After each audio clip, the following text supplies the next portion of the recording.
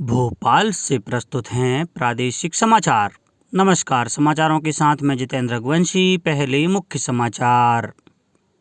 मुख्यमंत्री ने ग्वालियर चंबल संभाग के बाढ़ प्रभावित गांवों का दौरा किया। राहत कार्य तेजी से चलाने के दिए निर्देश। कोविड रोधी टीकाकरण अभियान में 18 से 44 वर्ष आयु वर्ग में मध्य प्रदेश सहित 5 राज्यों में अब तक 1 करोड़ से अधिक लोगों को टीका लगाया गया।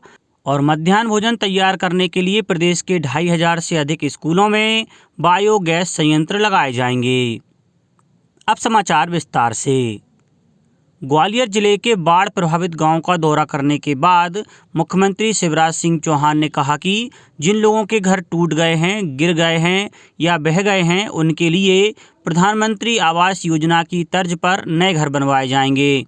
मुख्यमंत्री श्री चौहान ने लगभग 1 दर्जन बाढ़ प्रभावित गांवों के लोगों से चर्चा की। वे लखेश्वरी माता मंदिर परिसर में बाढ़ प्रभावित गांव के लिए बनाए गए राहत शिविर में भी पहुंचे। मुख्यमंत्री श्री चौहान ने डबरा झांसी मार्ग पर सिंध नदी के समीप बाढ़ से क्षतिग्रस्त हुई चांदपुर गौशाला के जीर्णोद्धार और लखेश्वरी माता मंदिर परिसर में कम्युनिटी हॉल सह मैरिज हॉल बनवाने की घोषणा भी की। मुख्यमंत्री श्री चौहान ने कहा कि प्रदेश सरकार हर प्रकार के नुकसान की भरपाई करेगी। उन्होंने कहा कि जिन किसानों की फसलें नष्ट हुई हैं, उनका जल्द से जल्द सर्वे करवाकर राहत राशि वितरित की जाएगी। मुख्यमंत्री श्री चौहान ने अधिकारियों को निर्देश दिए कि सर्वेक्षण का काम जल्द से जल्द पूर्ण कराएं। कोविड रोधी टीकाकरण अभियान के अंतर्गत 49 करोड़ से अधिक डोज देने के साथ देश ने कल एक महत्वपूर्ण उपलब्धि हासिल कर ली। कल 50 लाख से अधिक डोज दी गईं। 18 से 44 वर्ष आयु वर्ग में 27 लाख से अधिक लोगों को पहला और 4 लाख से अधिक लोगों को दूसरा टीका लगाया गया। 5 राज्यों मध्य प्रदेश, गुजरात, राजस्थान, महाराष्ट्र और उत्तर प्रदेश में इस आयु वर्ग में अब तक 1 करोड़ से अधिक लोगों को डोज दी जा चुकी है। आंध्र प्रदेश, असम, छत्तीसगढ़, दिल्ली, हरियाणा, झारखंड, केरल, तेलंगाना, हिमाचल प्रदेश, ओडिशा, पंजाब, उत्तराखंड और पश्चिम बंगाल में 18 से 44 वर्ष आयु समूह में अब तक 10 लाख से अधिक लोगों को पहली डोज दी गई है। स्वतंत्रता के 75 वर्ष पूरे होने के अवसर पर वीरता पुरस्कार पोर्टल देश के लिए बलिदान होने वाले शहीदों को श्रद्धांजलि देने के लिए देश के 75 शहरों में सशस्त्र बलों, सीमा सड़क संगठन और राष्ट्रीय कैडेट कोर के सहयोग से कार्यक्रम आयोजित कर रहा है। इन शहरों में देश के नागरिकों, विशेष रूप से युवाओं में समर्पण और देशभक्ति की भावना पैदा करने के लिए शहीदों और उनके परिवार के साहस, आचरण और वचनबद्धता को सम्मान देने के कार्यक्रम आयोजित किए जाएंगे। वीरता पुरस्कार पोर्टल www.gallantry-awards.gov.in से इन कार्यक्रमों का सीधा वेब प्रसारण होगा। इन कार्यक्रमों की रिकॉर्डिंग इस पोर्टल के YouTube चैनल पर भी उपलब्ध होगी। प्रदेश में मध्याह्न भोजन कार्यक्रम अंतर्गत 200 से अधिक छात्रों का मध्याह्न भोजन तैयार करने वाले 2549 स्कूलों में बायोगैस संयंत्र स्थापित किए जाएंगे।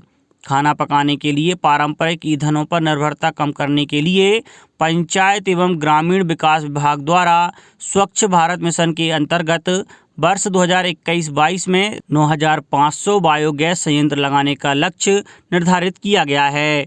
आवश्यकता एवं मांग के अनुसार सामुदायिक, सामूहिक एवं व्यक्तिगत बायोगैस संयंत्र स्थापित किए जाएंगे। उल्लेखनीय है कि स्वच्छ भारत मिशन ग्रामीण द्वितीय चरण के अंतर्गत स्वच्छता के लिए व्यापक पैमाने पर काम किया जा रहा है। खाना पकाने के लिए रसोई को भी स्वच्छ एवं धुआं रहित बनाने के लिए प्रयास किए जा रहे हैं। इसी क्रम में galvanising organic bio agro resources Govardhan परियोजना के तहत बायोगैस संयंत्र निर्माण किया जा रहा है।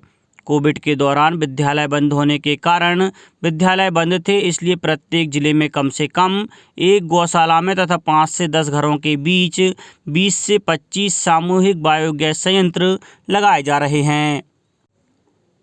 किसान कल्याण तथा कृषि विकास मंत्री श्री कमल पटेल ने संचालक कृषि को निर्देशित किया है कि मूंग खरीदी के लिए प्रतिदिन 50 किसानों को SMS भेजे जाना सुनिश्चित करें। उन्होंने मंत्रालय में मूंग खरीदी की समीक्षा बैठक में उक्त निर्देश दिए। मंत्री श्री पटेल ने संचालक कृषि श्रीमती प्रीति मैथिल एवं अन्य कृषि अधिकारियों की बैठक बुलाकर मूंग खरीदी के लिए प्रतिदिन 35 छोटे किसानों और 15 बड़े किसानों को मैसेज भेजे जाने के निर्देश दिए। श्री पटेल ने निर्देशित किया कि पोर्टल में सुधार के समय पोर्टल बंद रहने के दौरान जिन किसानों को मैसेज भेजे गए थे उन किसानों को पुनः मैसेज भेजे जाएं। बैठक में उन्होंने बताया कि मैसेज की अवधि दिनांक 9 अगस्त तक बढ़ा दी गई है। मुख्यमंत्री श्री शिवराज सिंह चौहान के निर्देश और पंचायत एवं ग्रामीण विकास मंत्री डॉक्टर महेंद्र सिंह सिसोदिया की समझाइश के बाद विगत 22 जुलाई से चल रही कर्मचारियों की हड़ताल समाप्त हो गई है। मंत्री डॉक्टर सिसोदिया के निवास पर पंचायत एवं ग्रामीण विकास विभाग के संयुक्त मोर्चे के विभिन्न संगठनों के पदाधिकारियों ने बिना शर्त के हड़ताल समाप्त करने का ऐलान किया। मंत्री डॉक्टर सिसोदिया ने संयुक्त मोर्चे के पदाधिकारियों को उनकी मांगों के संबंध में मुख्यमंत्री श्री चौहान को अवगत कराने का आश्वासन दिया। अब कुछ समाचार खेल जगत से। भारत की महिला हॉकी टीम का टोक्यो ओलंपिक में पदक जीतने का सपना टूट गया। ब्रॉन्ज मेडल मैच में ग्रेट ब्रिटेन ने भारत को 4-3 से हरा दिया। कड़े मुकाबले में भारतीय महिला टीम ने शानदार खेल दिखाया और दूसरे क्वार्टर में 3-2 की बढ़त बना ली थी। हालांकि टीम इस बढ़त को कायम नहीं रख सकी और ब्रिटेन ने तीसरे और चौथे क्वार्टर में 15 मिनट के अंदर 2 गोल दाग 4-3 से मैच जीत लिया। टीम इंडिया ने इस पूरे टूर्नामेंट में शानदार प्रदर्शन किया और पहली बार सेमीफाइनल में जगह बनाकर इतिहास रच दिया था। टीम इससे पहले सिर्फ 2 बार ओलंपिक खेली है। 1980 में टीम टॉप 4 में पहुंची थी। उस वक्त सेमीफाइनल फॉर्मेट नहीं था।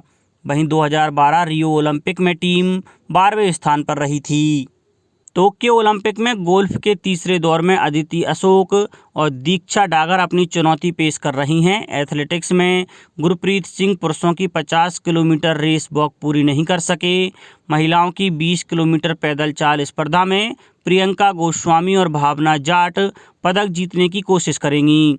पुरुषों की 4x400 मीटर रिले रेस में अमोद जेकब, नागनाथन पांडी, अरोकिया राजीव और मोहम्मद अनस ट्रैक पर होंगे। कुश्ती में पुरुषों की फ्री स्टाइल श्रेणी के 65 किलोग्राम भार वर्ग में बजरंग पुनिया दाव पेंच लगाते नजर आएंगे।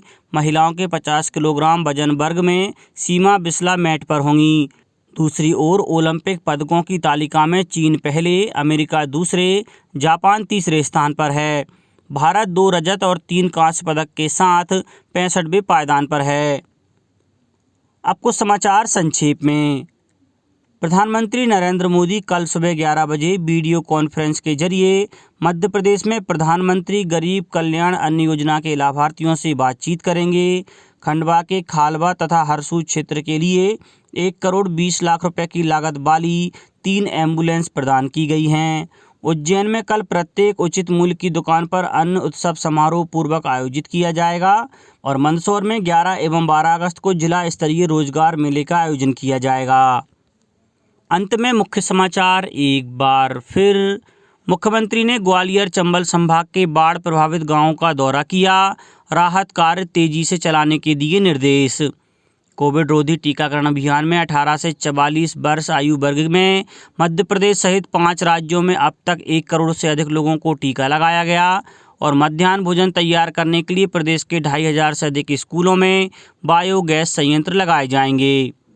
इस बुलेटिन में इतना ही। घर पर रहिए, सुरक्षित रहिए और सुनते रहिए प्रादेशिक समाचार। नमस्कार।